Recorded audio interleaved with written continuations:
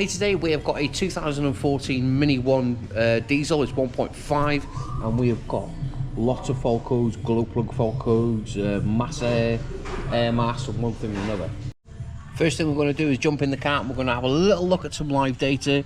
Now we all know where this is going, the upstream pressure sensor, the exhaust gas pressure before the turbine. We're going to match them up with the engine RPM. We're going to give the vehicle a big start running. I'm going to pop them into a graph.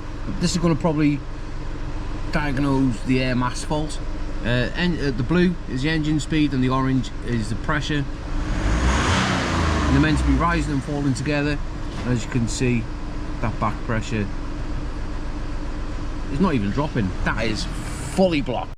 Now what we're going to do, we're going to move around to the glow plugs, and where we're going to be checking them at is the module here, because they are deep in there.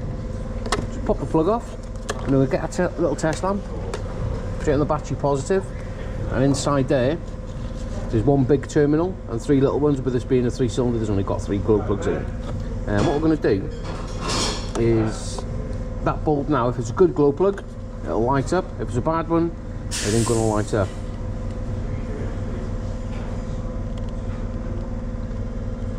Well, we've got one good out of the 3. Let's make a start on removing these glow plugs. Now the reason why I'm starting on the glow plugs first is because they have got a tendency to snapping, and we have got to remove all this trim here. Now after we've made a little bit of room for ourselves, you can see the glow plugs now are exposed. We're going to get yourself a little airline, and we're going to blow all the crap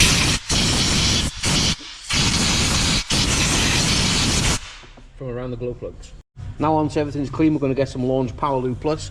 I'm going to give them a bit of a squirteroonie down there. You don't need much, and let it soak in for a couple of minutes.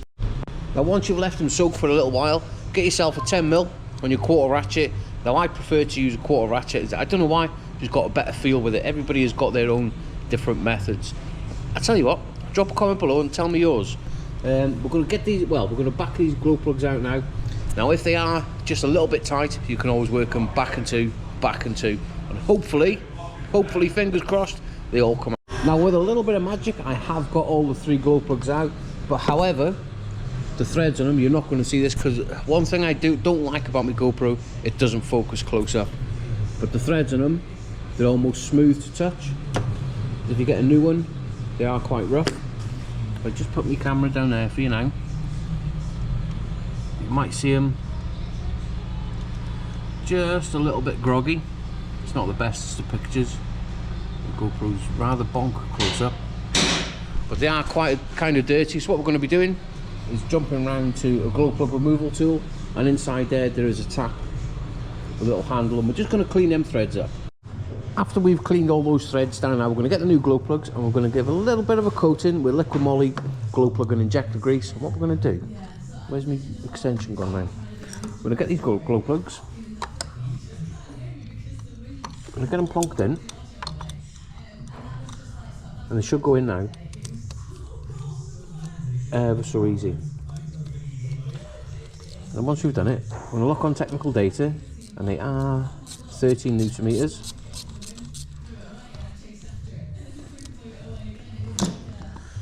Get me a little torque wrench, a little quarter one, and that's it, job done.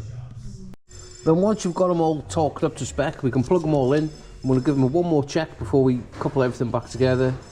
1, 2, 3, absolutely perfect. Let's put all this back together now, and then we're going to have a little look at this upstream pressure sensor.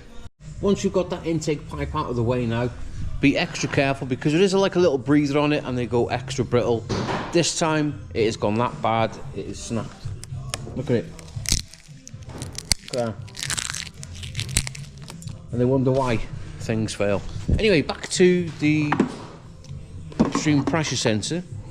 There it is. I already have removed it, and it is located just by there with a 27mm. Back it out, and this was block solid up here.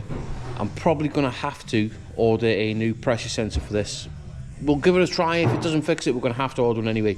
But we do need to remove that pressure pipe, and it is a little bit of a fiddly job. To remove this pipe, what we need to do is remove this upper heat shield with some E8. There's one here, one at the back, at the side sort of thing, and then one underneath. But you do need to take the car up and just remove all the under trays, and we can pull that off through the top there. And now let's get this vehicle up in the air.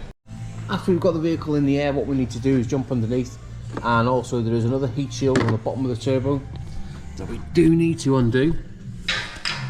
Just the reason why I take this cover off is because on the banjo up here there's 2 copper washers. Now it's got a tendency of dropping off and falling in that cover, but at least if you've got it off, it's fairly easy for you to get out. Now get your 17mm and slacken that banjo off, and again be extra careful because they can snap and they can pull the threads.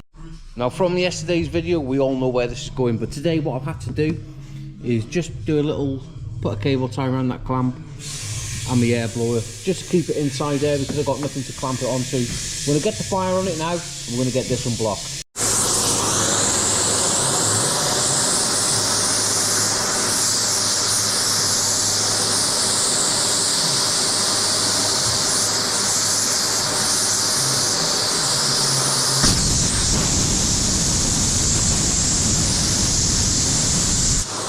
There we go.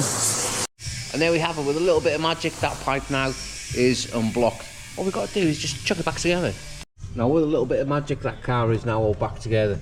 But remember, we haven't got the breather pipe from the intake to the rocker cover. Whether this car is going to run or not, I don't know with that disconnected. Well, let's get on the key and give it a find out. First things first, what we're going to do, read all the fault codes again. There's lots and lots and lots of fault codes. We're going to give them a big clear. No DTC, and then we're going to jump back around to read data stream, exhaust,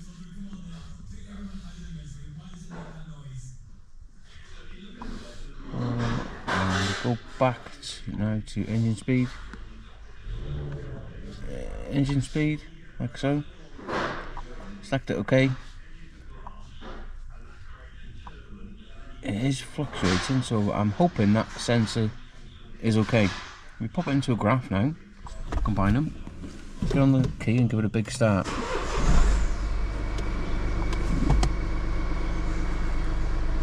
You can see straight away we've shot up.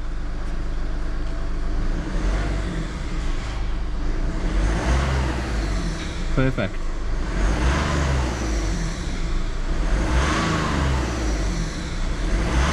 Can't get any better than that, Tyrone.